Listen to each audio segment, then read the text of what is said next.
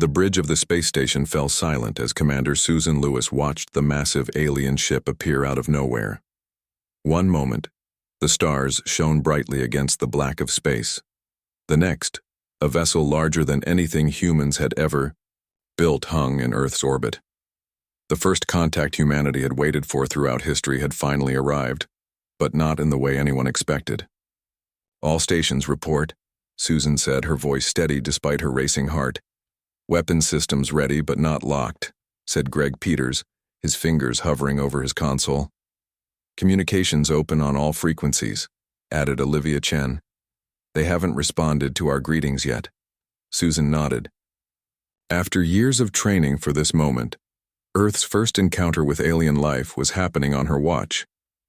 The United Earth Defense Force had prepared for hostility, friendship, and everything in between. Now they would see which it would be. Light flashed on Olivia's console. "Commander, we're receiving a transmission, audio and video." "Put it on the main screen," Susan ordered. The image of a tall, thin creature appeared. Its skin shimmered with colors that shifted like oil on water. 4 large eyes blinked in sequence, and when it spoke, a translator program quickly converted its musical tones into English. "Greetings, people of Earth. I am Ambassador Zorak of the Galactic Confederation, a union of over 3,000 species from across the Milky Way. We come in peace, seeking diplomatic relations with your world." Susan stepped forward. "I am Commander Susan Lewis of Earth's Defense Force. On behalf of humanity, I welcome you to our system." The alien made a gesture that might have been a bow. "We request a meeting with your leaders. There is much to discuss."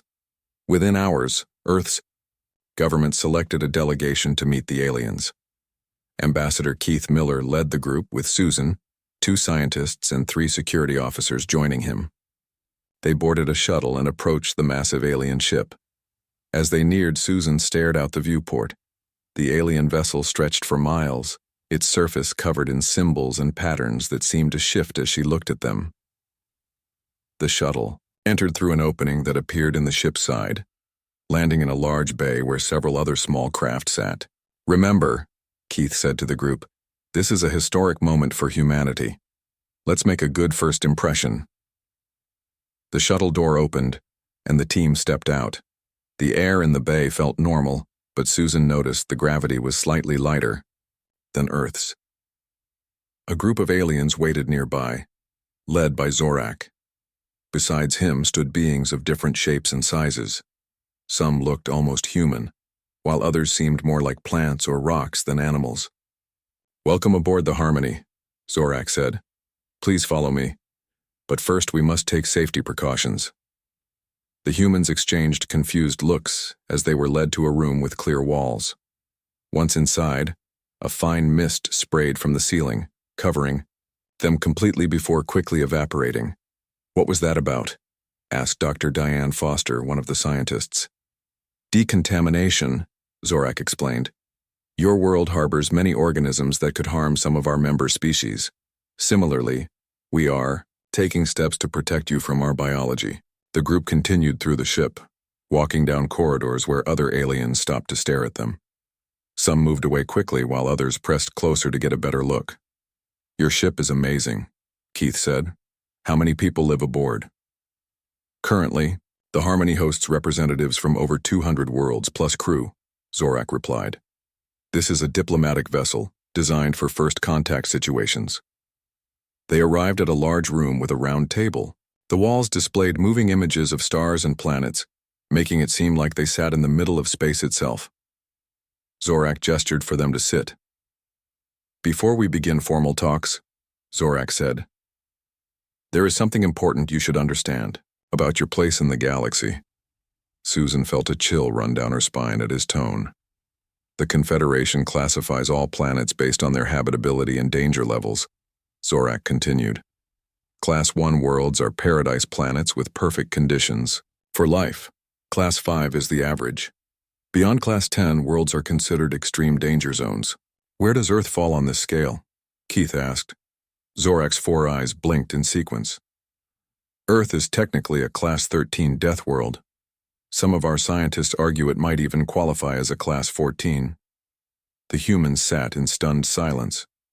I don't understand, Dr. Diane said finally. Earth seems perfectly pleasant to us. That, Zorak replied, is precisely what makes your species so remarkable, and, frankly, terrifying to many Confederation members. Susan leaned forward.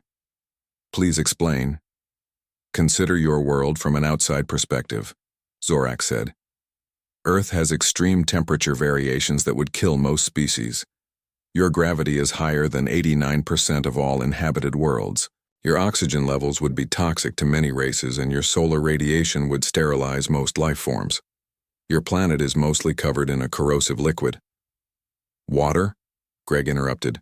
Yes, water. What you drink would dissolve the breathing organs of many species.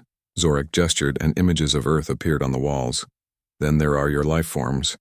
Predators with teeth and claws, venomous creatures, microscopic organisms that attack foreign bodies. Even your plants can be dangerous. The walls showed lions hunting, sharks swimming, and microscope views of bacteria. Most life in the galaxy evolved to fit their environment, Zorak said. Earth life evolved to overcome it. This makes humans uniquely hardy among intelligent species. Keith processed this information. So our normal day on Earth would be deadly to most of you?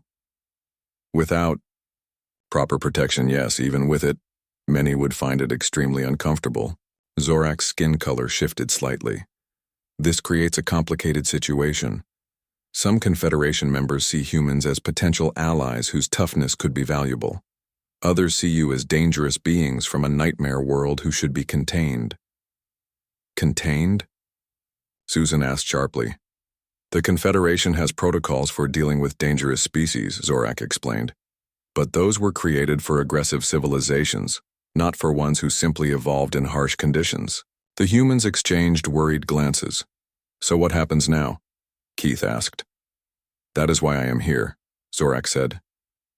To learn more about humanity and help determine your place in the galactic community. The next few days will be crucial for your species' future. As Susan looked at her fellow humans, she realized their world had changed forever. They weren't alone in the universe, but their new neighbors saw them as creatures from a nightmare planet. Whether that would lead to friendship or fear remained to be seen. We look forward to showing you who we really are, Susan said firmly. There's more to humans than just our ability to survive. Zorak's eyes focused on her. For the sake of peaceful relations, I sincerely hope so, Commander Lewis. Outside the viewport, Earth continued its orbit, looking peaceful and blue against the darkness of space, a beautiful home to its inhabitants and a terrifying death world to the rest of the galaxy. 2 weeks passed since the first meeting with the aliens. The Galactic Confederation granted Earth scientists limited access to their database of planetary classifications. Dr. Peter Johnson led a team working day and night to understand why aliens saw Earth as so dangerous. Peter rubbed his tired eyes as he prepared for a meeting with Earth's leaders, the conference room filled with government officials and military officers, all anxious to hear what he had discovered. Thank you all for coming, Peter said as he stood at the front of the room. After studying the Confederation's data, we now understand why Earth is classified as a death world. He pressed a button, and a holographic image of Earth appeared floating above the table. It's not just one thing that makes Earth dangerous by galactic standards. It's the combination of many factors that most alien species never face on their home planets. Peter highlighted different aspects of Earth as he spoke. First, our planet has extreme temperature variations. Many inhabited worlds in the Confederation maintain nearly the same temperature everywhere, but Earth ranges from freezing polar regions to scorching deserts. Most alien species can only survive in a temperature range of about 10 degrees. General Frank Martinez frowned. So they're fragile. That's their problem, not ours. There's more, Peter continued. Earth's gravity is higher than 89% of inhabited worlds. What feels normal to us would crush many alien species. Our oxygen levels would be toxic to most of them. The radiation from our sun alone would kill many without protection. Peter showed images of Earth's oceans next. Water covers most of our planet. To us, it's essential for life. To many aliens, it's a dangerous chemical that would dissolve their bodies. And we haven't even discussed Earth's life forms yet. The hologram changed to show lions, bears, sharks, snakes, and even smaller creatures like mosquitoes and bacteria. Predators, with teeth and claws, evolved on very few worlds, Peter explained. Most planets with intelligent life have very little that can harm the dominant species. They evolved without needing to defend against predators. So we're scary because we had to deal with lions? Asked Secretary Nancy Baldwin. In a way, yes, Peter replied. The Confederation has a saying, on most worlds, life evolved to live within its environment. On Earth, life evolved to overcome it. Our entire planet shaped us to be survivors, to fight back against threats. That's rare in the galaxy. The room fell silent as everyone considered this information. How does this affect our diplomatic position? President William Carter finally asked. That's where things get complicated, Peter said. Some Confederation species admire our resilience. Others fear what we might do if we spread through the galaxy. Ambassador Keith is learning more about the political situation right now. Aboard the alien ship, Keith sat with Zorak in a garden-like room filled with plants from dozens of worlds. Despite the peaceful setting, their conversation was tense. The High Council remains divided on how to handle Earth, Zorak explained. Your biology makes you unique among intelligent species we've encountered. Unique how? Keith asked.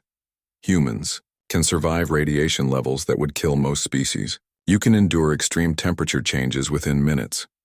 Your immune systems actively attack invaders instead of just creating barriers. You intentionally consume substances that would poison others, sometimes for pleasure. You can lose limbs and still survive. You can be severely injured and recover fully. Keith nodded slowly. So some council members see us as a threat. Not just a threat, Zorak replied, his skin changing to a deeper blue. Some believe humans could cause the extinction of other species if not properly contained. That's not who we are, Keith said firmly. Humans have done terrible things in our history, yes, but we've also shown incredible kindness, created art and music, explored our world and beyond out of curiosity, not conquest. I believe you, Zorak said, but others need convincing. The council is divided into three main groups. The isolationists want Earth quarantined permanently. The integrationists believe humans should join the Confederation as equals. The cautious majority support limited contact while learning more about your species. What would convince the cautious majority to support integration? Keith asked. Proof that humans can control their natural aggressiveness and work with other species peacefully, Zorak said. Which brings me to a proposal from the council. Zorak handed Keith a small device that projected images of various planets. The council suggests a series of trials. A team of humans would visit different worlds and complete challenges alongside other species. This would demonstrate your abilities, adaptability, and most importantly, your character. Keith studied the projected planets. These environments look extremely diverse. Some appear quite hostile. They are designed to test different aspects of your species, Zorak confirmed. Your physical capabilities, decision-making, ethics, and ability to cooperate with others. And if we refuse these trials, then the quarantine remains in place, Zorak said. Earth would be classified as a restricted zone. No travel, no trade, no knowledge exchange. Your species would be isolated from the galactic community. Keith frowned. That sounds like a threat. It is reality, Zorak replied. Many council members already fear Earth. Without evidence that humans can peacefully coexist with other species, those fears will only grow. Back on Earth, Susan Lewis examined the details of the proposed trials with Dr. Lisa Anderson, the team's xenobiologist. These environments are incredibly harsh, Lisa said, pointing to images of the trial worlds. Desert planets with triple our atmospheric pressure, gas giant moons with toxic atmospheres, ocean worlds with crushing depths.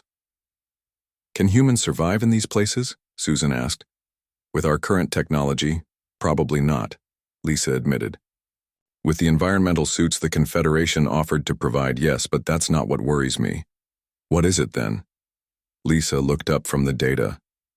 I think some of them want us to fail, or worse, they want us to prove we're the monsters they already believe us to be. Then we'll prove them wrong, Susan said firmly. That evening, President Carter addressed the United Earth Council about the trials. The Confederation has issued a challenge, he said.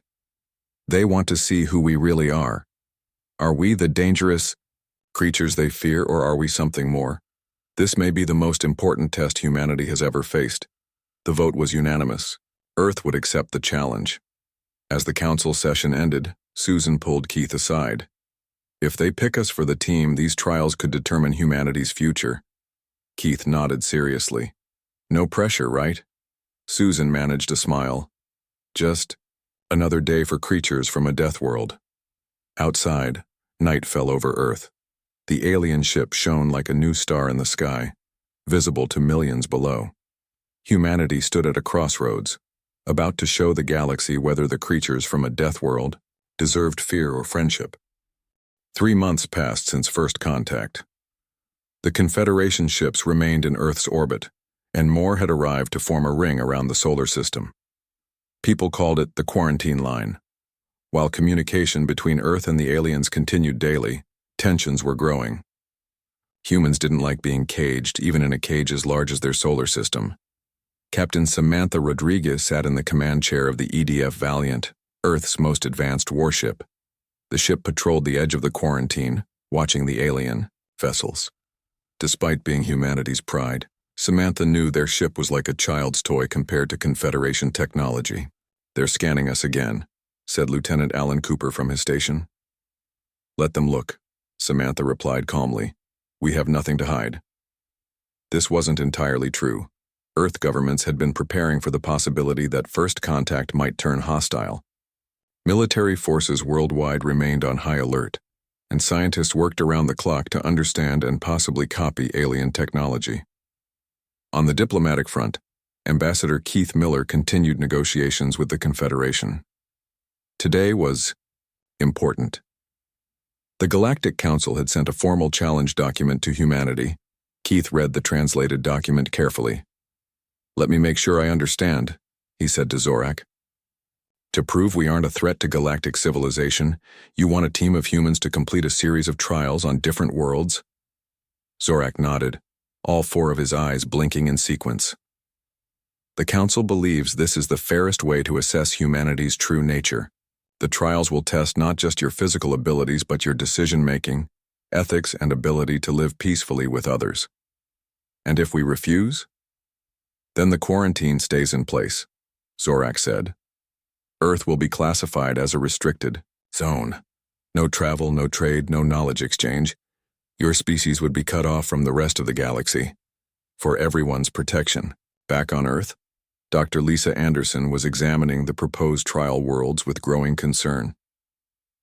These environments are incredibly diverse, she explained to the United Earth Council. Desert worlds with triple our atmospheric pressure, gas giant, moons with toxic atmospheres, ocean planets with extreme depths. The Confederation clearly wants to test our adaptability to the limit. General Frank Martinez leaned forward. Can humans survive in these places? Lisa hesitated. With our current technology, maybe not. With Confederation environmental suits that they've offered to provide, yes, almost certainly. But that's not what worries me. What is it then?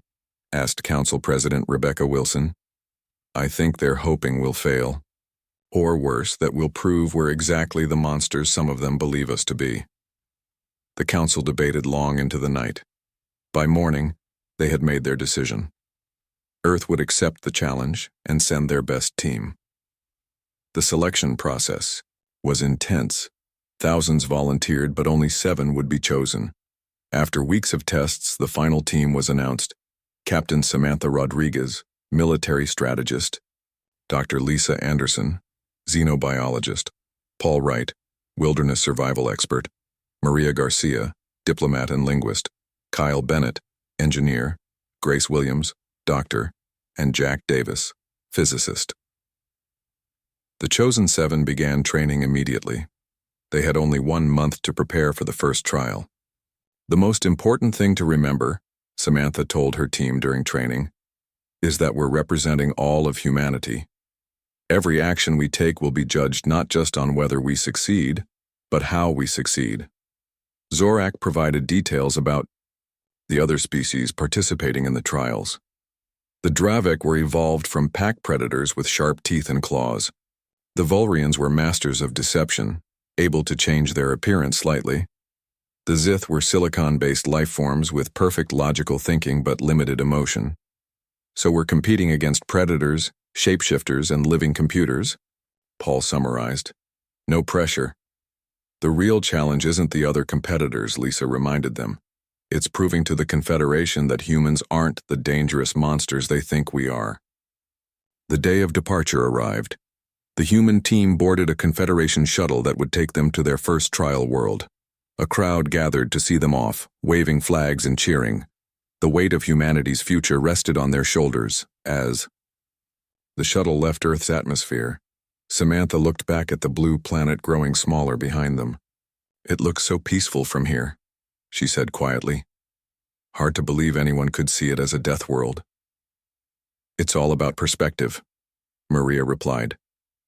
"What's normal to us is extreme to them, and what's normal to them might be extreme to us." The shuttle docked with the Confederation diplomatic vessel.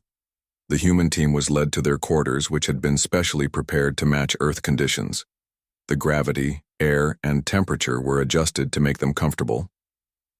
"The first trial will begin tomorrow," Zorak informed them. "You will compete on Nexus 9, a moon with low gravity and thin atmosphere. Your goal is to retrieve a specific mineral from a mountain region. You will compete against teams from 3 other species." "What are the rules?" Samantha asked. "The only rule is that you cannot directly attack other competitors," Zorak replied. "Beyond that, each team is free to use whatever methods they choose to reach the objective first." After Zorak left, the team gathered to plan their strategy. "This is obviously a test of our ethics as much as our abilities," Maria said. "They want to see if we'll cheat, sabotage others, or use force to win." "Then we won't," Samantha decided. "We'll play fair even if the others don't." Kyle frowned. "That might put us at a disadvantage." "Maybe," Jack agreed. "But this isn't just about winning the trial. It's about winning the Council's trust." That night, as the others slept, Lisa couldn't rest. She reviewed the data on Nexus 9 again. The thin atmosphere would make breathing difficult. The extreme temperature changes between day and night could be deadly, and the mineral they sought was located in an unstable region prone to rock slides. "Just another day on a death world," she murmured to herself. "Except this time we're the ones visiting a death world." Morning came quickly. The team put on the environmental suits provided by the Confederation. They were lightweight but strong, with built-in systems to monitor vital signs and adjust to changing conditions. "Remember, we're being watched at all times," Samantha reminded the team as they prepared to transport down to Nexus 9. "Let's show the galaxy what humanity is really about." The transporter activated, and in a flash of light, the humans found themselves standing on the surface of an alien world. The sky above them was dark purple with 2 small moons visible despite the daylight. The landscape was rocky and barren with sharp mountains rising in the distance. Grace checked her equipment. "Everyone's suits working properly?" They all nodded. "Good," Samantha said. "Let's move out. Those mountains are our destination." As they started walking, they saw the other teams in the distance, also heading toward the mountains. The trial had begun, and with it, humanity's chance to prove itself to the galaxy. Paul took a deep breath, feeling the slightly strange air even through his suit. "Deathworlders on a field trip," he joked. "Let's show them what we can do." The purple sky of Nexus 9 grew darker as the human team made their way toward the distant mountains. The low gravity made walking strange, causing them to bounce with each step. They quickly adjusted their movements to avoid jumping too high and falling. "The mineral we're looking for is called Nexium," Lisa reminded everyone as they walked. "It glows slightly blue in the dark and is usually found in cave systems." Samantha studied the map on her suit's display. "According to the information Zorak gave us, the largest deposit should be about 10 miles ahead, in that tallest mountain." In the distance, they could see the other teams. The Dravek moved quickly on all fours, their wolf-like bodies perfect for covering ground. The Volrians seemed to glide over the terrain, their movements smooth and efficient. The Zith moved in perfect unison, like a single organism with multiple parts. "We're already falling behind," Kyle noted with concern. "Pace yourselves," Grace advised. "This thin atmosphere means we need to conserve energy. This is a marathon, not a sprint." They continued forward, adjusting to the environment. Paul discovered that a long, gliding stride worked best in the low gravity. Soon the others copied his technique, and they began making better progress. As they approached the foothills, Jack's sensors picked up movement. "Something's following us," he warned. They turned to see two Dravek circling back toward them. The wolf-like aliens approached cautiously, showing their sharp teeth. "They're trying to intimidate us," Maria whispered. "Stay calm and don't show fear." Samantha stepped forward to face the Dravek. "Do you need something?" she asked, her translator converting her words. The larger Dravek growled, its translator, producing rough-sounding words. "Soft skins from the Deathworld. Turn back. This mountain belongs to Dravek now." "The trial is for all teams," Samantha replied evenly. "There's enough room for everyone to search." The Dravek snarled and suddenly lunged toward Kyle, who was checking his equipment. Grace shouted a warning, and Kyle jumped back just in time. The Dravek's claws missed him but slashed through his pack, damaging some of their supplies. "That's enough." Samantha moved between Kyle and the aliens. "This isn't how the trial works." The Dravek backed away, making a sound that might have been laughter. "Deathworlders bleed like all others," they taunted before running away. Kyle examined the damage. "They ruined our spare oxygen filters. If our suits get damaged, we'll be in trouble." "They're testing us," Lisa said. "Seeing if we'll react with violence." Samantha nodded. "Then we don't give them what they want. Let's keep moving and be more careful."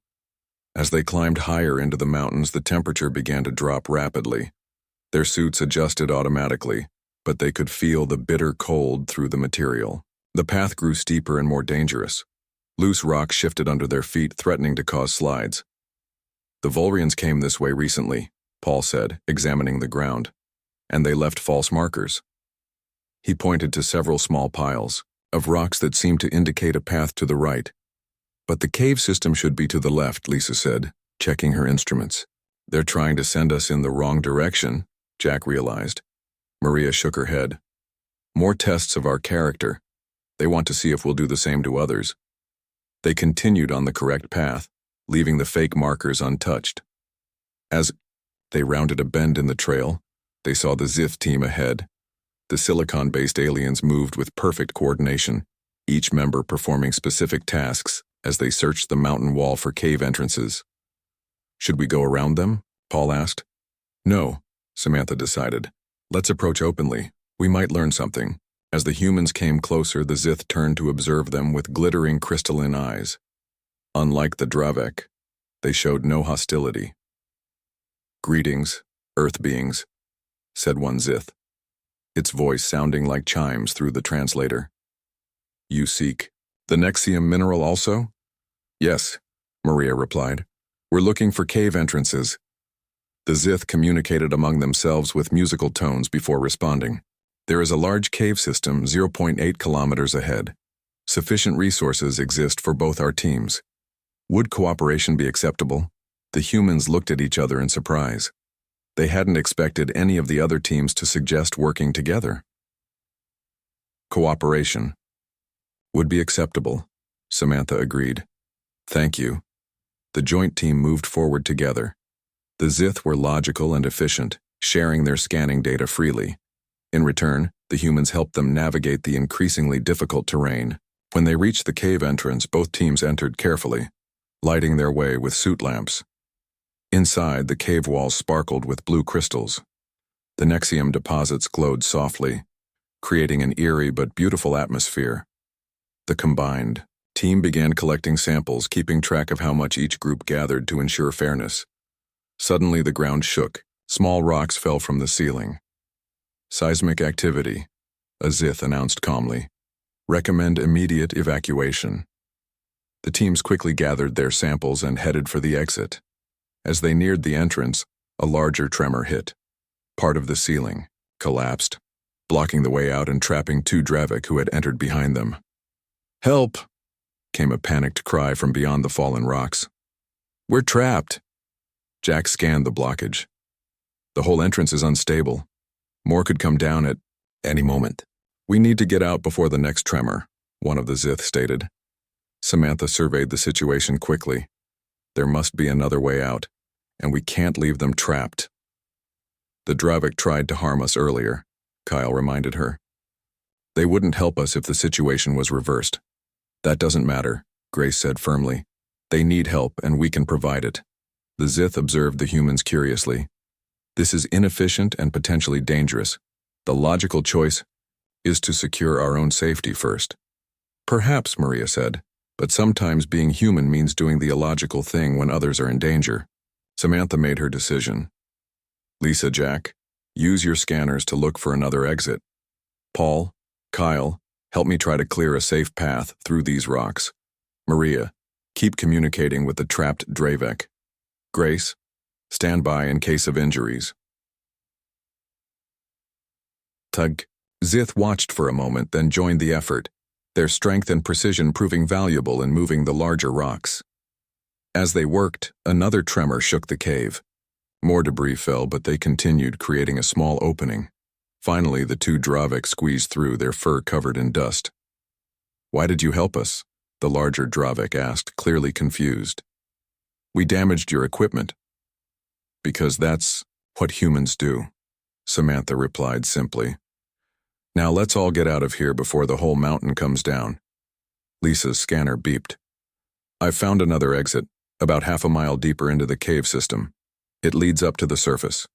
Together, the three species navigated through the twisting tunnels as tremors continued to shake the mountain. When they finally emerged onto the surface, they were on the far side of the mountain, away from the trial's starting point.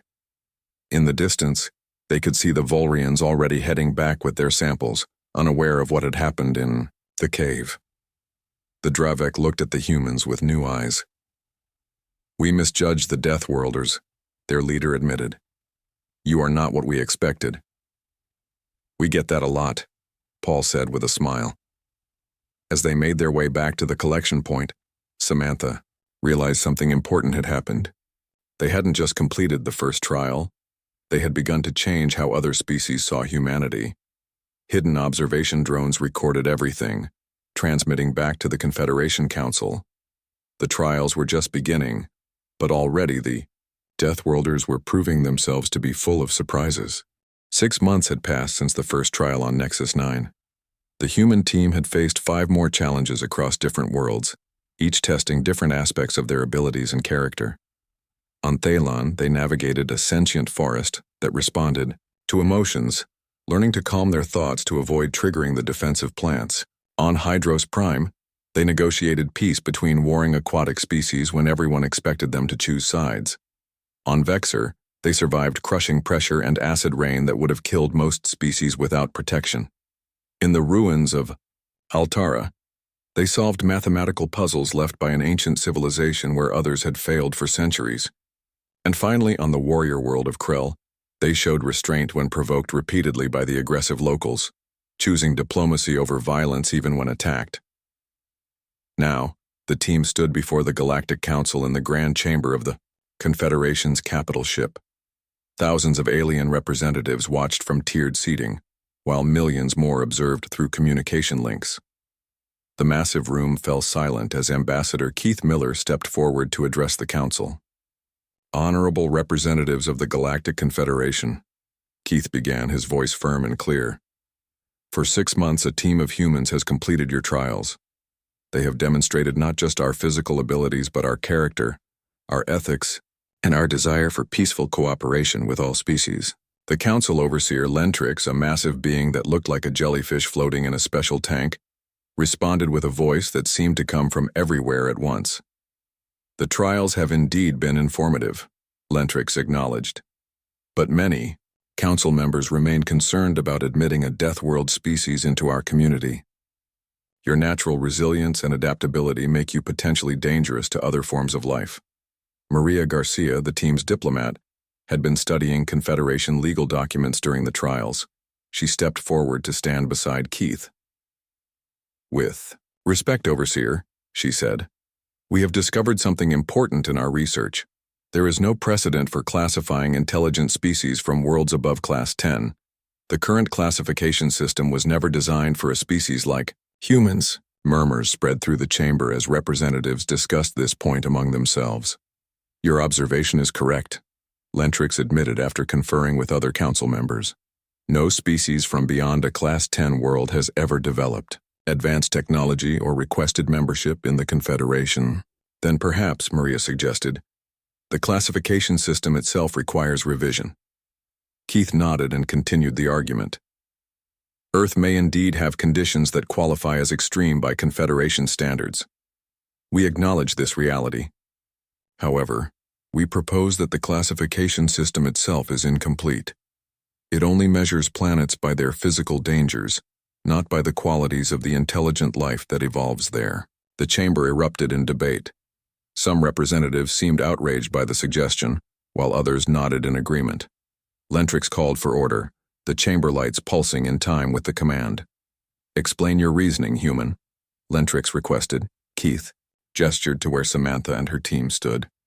"Our trial participants have demonstrated that humans can not only survive, but excel in environments spanning multiple classification categories. We propose a secondary classification for intelligent species, measuring adaptability rather than the dangers of their homeworld." Dr. Lisa stepped forward with data from their missions. "During the trials, humans demonstrated physical resilience, yes, but more importantly, we showed compassion when faced with injured competitors on Nexus 9. We chose peace over victory on Hydros Prime. We valued knowledge preservation in the ruins of Altara, even sharing our discoveries with other teams. And, on Krell, we refused to respond to violence with violence." Engineer Kyle presented examples of human technology, showing how it developed to overcome environmental limitations rather than for warfare. "Our innovation comes from our need to adapt, not to conquer."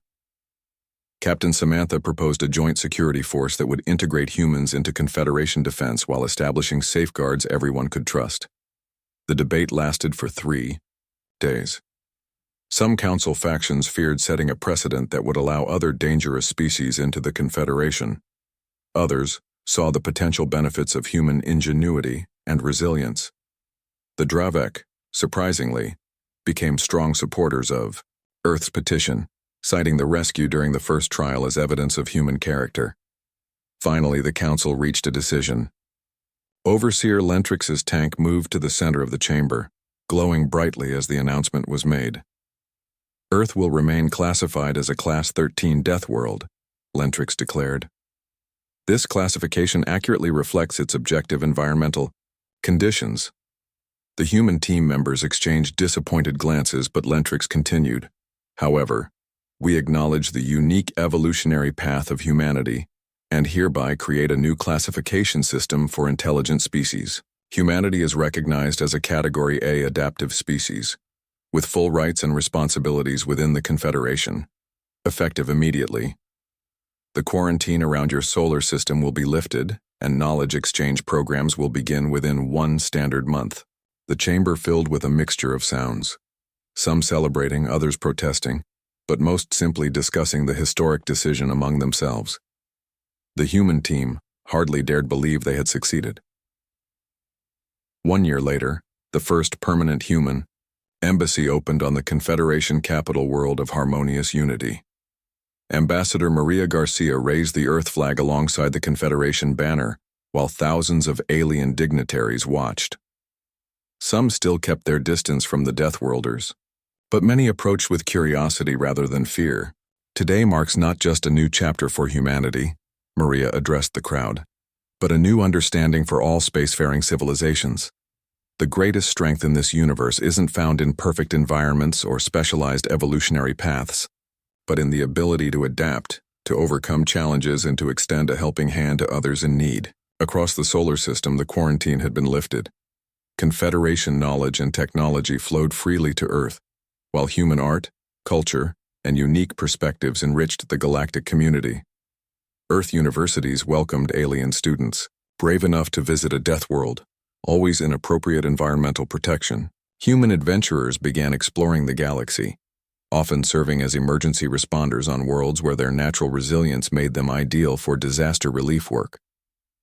On a view screen nearby, the latest news showed humans helping evacuate a colony, threatened by solar flares. The radiation levels were dangerous to most species, but the human rescue team worked safely in conditions that would kill others.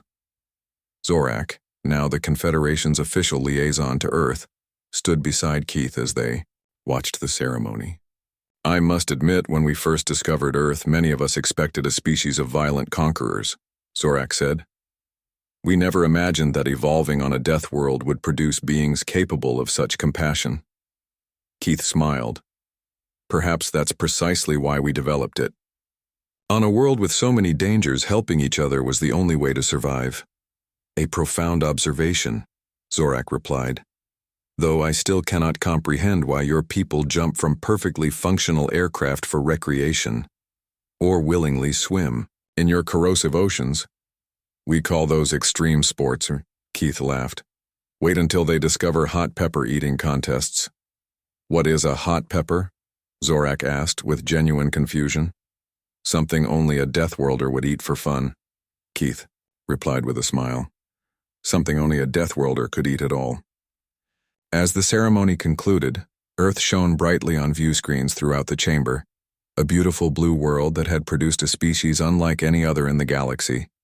A death world that had birthed life, determined not just to survive, but to thrive, to explore, and most surprisingly of all, to help others do the same. The universe would never be the same again. The Deathworlders had arrived,